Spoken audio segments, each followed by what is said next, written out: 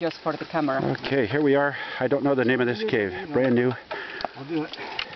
Our guides have never been down this one because it is extremely vertical and they don't have bamboo poles long enough to climb down. It's quite an overhanging lip. Charlie's rigged in. We're tied into a nearby tree. I guess that doesn't give us 100% confidence, but let's say 99.5.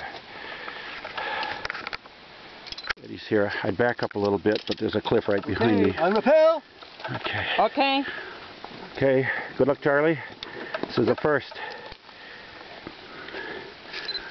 Go, virgin pit. A virgin pit. Okay. Not only first for Westerners, but maybe a first for anybody. Enjoy the ride. Yes. I hope so. Hope you have enough rope. We don't know how deep this is. Did you make an... Okay, let me see if I can get this. We got a big overhang here. Now we've got it. The rope pads. Let's say 2, 3 in a row here over this sharp karst. And there he goes. Out. Okay. There we go. Okay. As he descends into the darkness. That's it. Pull a little bit over there.